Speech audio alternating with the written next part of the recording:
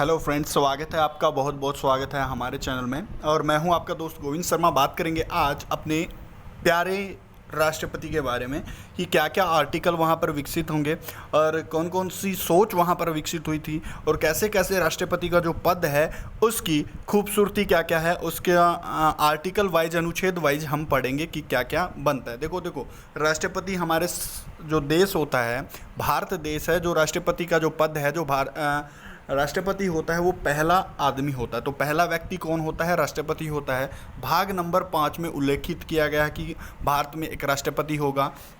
देखो, अगर हम बात करें आर्टिकल नंबर 79 की, तो क्या हुआ, जो भारत की संसद है वो 3 लोगों के साथ बनेगी या 3 चीज़ों के साथ बनेगी या 3 संस्थाएं उसमें इन्वॉल्व होंगी। जो भारत की संसद बनेगी तो वो 3 संस्थाएं क्या क्या हैं? एक तो राष्ट्रपति का पद है, एक लोकसभा, एक राज्यसभा। तो क्वेश्चन आएगा कि आर्टिकल नंबर 79 के अनुसार संसद है वो किन किन 3 चीज़ों से मिलकर बनती है? तो राष्ट्रपति, लोकसभा तथा राज्यसभा से मिलकर बनती है। अगर मैं बात करूं आर्टिकल नंबर 52 की, आर्टिकल नंबर 52 की बात करूं तो उसमें दिया गया है कि भारत का एक राष्ट्रपति होगा, यानी कि जो भारत देश है उसका एक राष्ट्रपति होगा। और वह राष्ट्रपति क्या करेगा? उस राष्ट्रपति के अंदर संघ सरकार की सभी शक्तियां निहित होंगी और वो इन शक्तियों का प्रयोग उनके अधीन होकर करेगा। तो क्या भारत का जो राष्ट्रपति होता है वो अपनी शक्तियों का प्रयोग मंत्रिपरिषद के अधीन होकर करता है। वो मंत्रिपरिषद की जो सलाह है, मंत्रिपरिषद की सलाह को एक बार लौटा सकता है पूर्ण विचार के लिए, बट अगर वो दोबारा उसको नहीं लौटा सकता, उसको मानना ही पड़ेगा। तो भारत सरकार में या संघ सरकार की जो भी सभी शक्तियां हैं वो राष्ट्रपति में निहित होती हैं और वो मंत्रिपरिषद के सलाह पर उन शक्तियों का प्रयोग करता है। आर्टिकल नंबर 53 में ऐसा दिया गया। देखो, अब क्या है कि जो भारत में राष्ट्रपति है उसका क्या होता है? उसका चुनाव किया जाता है। क्या किया जाता है? उसका चुनाव किया जाता है। अब चुनाव किया जाएगा तो कोई तो होगा ना जो वहाँ पर मतदान करता होगा। तो जो राष्ट्रपति है उसका निर्वाचक मंडल हम पढ़ेंगे।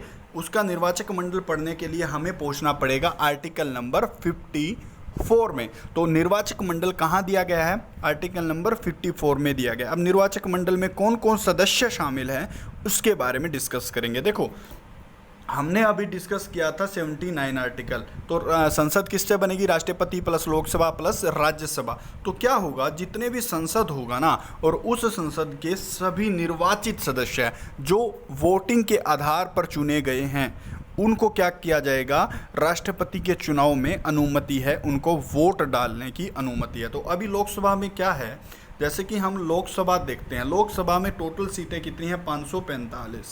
545 सीटें हैं। उनमें से 2 सीटें क्या होता है, जो राष्ट्रपति 2 एंग्लो इंडियंस को क्या करता है, वहाँ पर मनोनीत करता है। उनकी वोटिंग नहीं होती, उनको मनोनीत किया जाता है राष्ट्रपति के द्वारा। अगर बात करें आर्टिकल नंबर 331 की हम बात करें, और जो 543 जो सीटें होती हैं, 543 जो सीटें होती हैं वो क्या करेंगी? अब निर्वाचन में शामिल हो जाएंगी। राष्ट्रपति के निर्वाचक मंडल में शामिल कितने सदस्य हैं लोकसभा से? तो 543 सदस्य होते हैं। तो 2 सदस्य क्यों नहीं होते?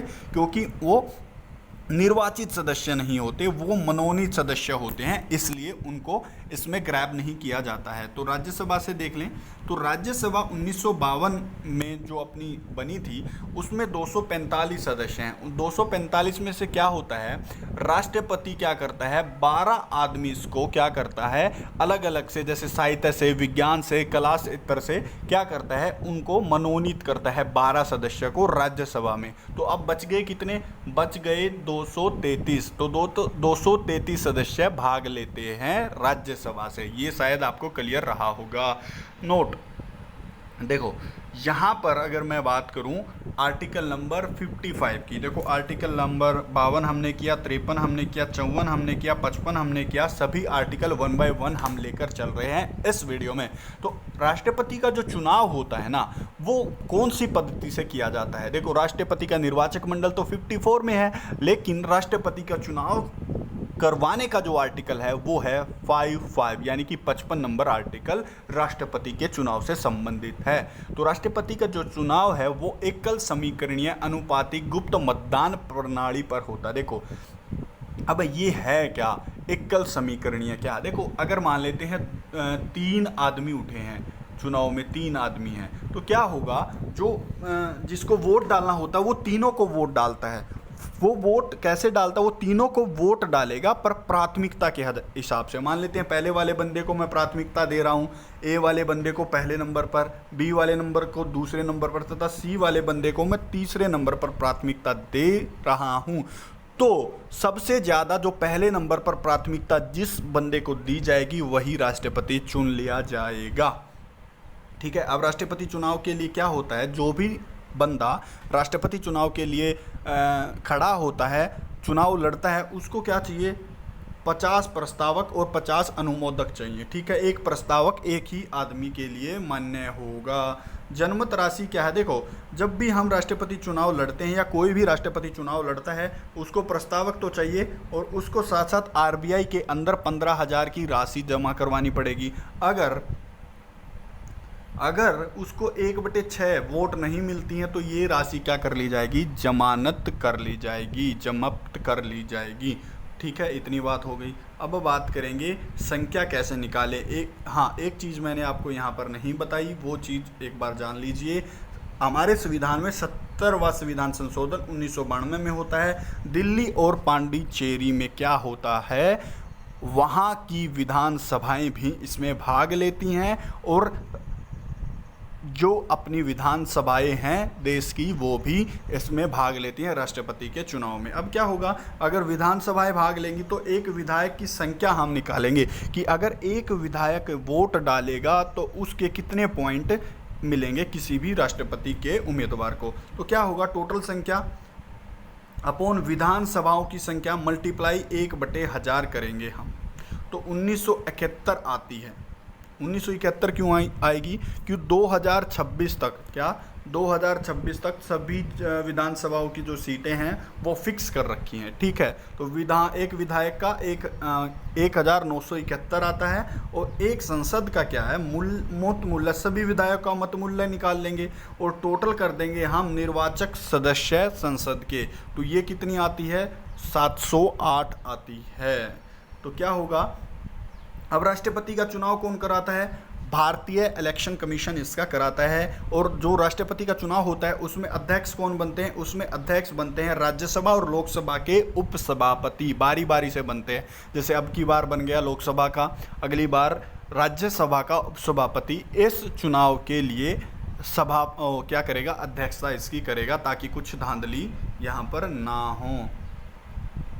देखो अगर बात करेंगे अगले वाले आर्टिकल की, 55 हमने किया, 55 के बाद अगर हम 56 करें तो 56 में क्या होगा, देखो कोई राष्ट्रपति हमने चुन लिया, उसका चुनाव भी करवा दिया हमने, तो उसका कुछ ना कुछ क्या होगा, उसका कुछ ना कुछ कार्यकाल तो होगा। तो उसका कार्यकाल देख लेंगे यहाँ पर कितना है, तो 5 साल के लिए इसका कार्यकाल होता है। 6 महीने के अंदर चुनाव करवाने ज़रूरी होते हैं, यानी कि क्या बोल रहा हूँ मैं, 6 महीने पहले ही चुनाव हो जाते हैं। और मान लेते हैं 4.5 साल हो गए तो उससे पहले ही चुनाव हो जाने जरूरी हैं, 6 महीने के अंदर।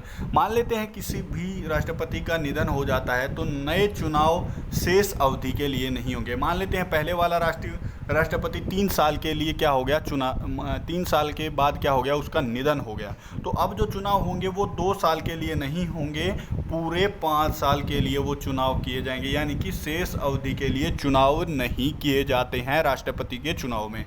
बात हो गई यहाँ पर इतनी। अब क्या होगा, पुराना राष्ट्रपति जब तक अपनी सेवाओं में बना रहेगा जब तक उसका आने वाला उसका काम ना संभाल ले। मान लेते हैं अभी अपने राष्ट्रपति कोविंद जी हैं, आने वाला राष्ट्रपति अगर 6 महीने लेट भी आता है तो क्या होगा, उसमें वो जब तक अपनी गद्दी पर बने रहेंगे जब तक आने वाला कोई राष्ट्रपति उसका चुनाव ना संभाल ले। आर्टिकल नंबर 57 क्या बोलता है,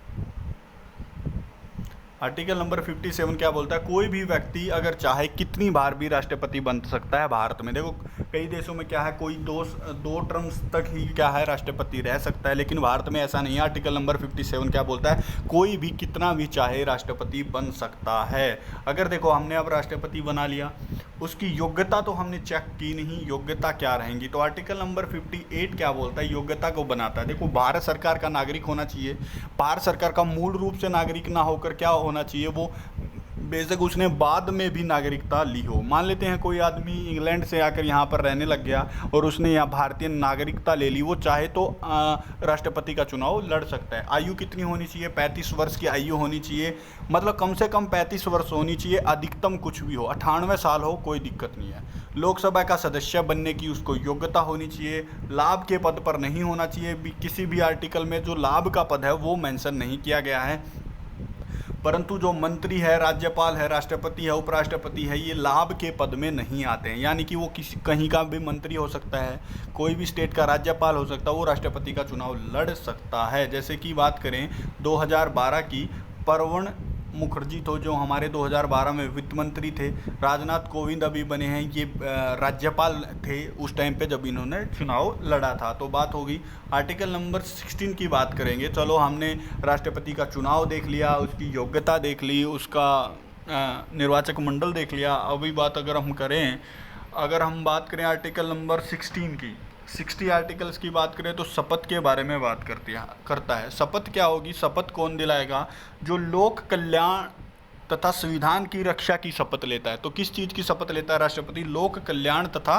संविधान की रक्षा की, अपनी संविधान का रक्षा करूंगा मैं, कुछ ऐसी शपथ लेता हूं। अब शपथ लेता हूं तो दिलाएगा कौन, तो भारत का CJI यानी chief justice of India article number 76 के तहत राष्ट्रपति को शपथ दिलाता है। या अगर अपना CJI नहीं हो तो सुप्रीम कोर्ट का वरिष्ठतम न्यायाधीश इसको शपथ दिला देता है। और शपथ कब होगी, 25 जुलाई को शपथ होती है। क्यों होती है, 25 जुलाई को ही राष्ट्रपति अपना बनता है। याद रखने 25 जुलाई को क्या होता है, 25 जुलाई 1977 में क्या हुआ था, नीलम रेड्डी थे जो वो निर्विरोध चुने गए थे 25 जुलाई को। इसलिए एक परंपरा सी बन गई कि 25 जुलाई को ही राष्ट्रपति को शपथ दिलाई जाएगी, नए राष्ट्रपति को। आज हमने राष्ट्रपति की योग्यता देखी, राष्ट्रपति की शपथ के बारे में बात की, राष्ट्रपति का निर्वाचक मंडल चुनाव के बारे में हमने बात की। आगामी वीडियो में हम बात करेंगे राष्ट्रपति की शक्तियों के बारे में, महाभियोग के बारे में, और आर्टिकल नंबर 72 के बारे में हम बात करेंगे आगामी वीडियो में। बहुत बहुत धन्यवाद।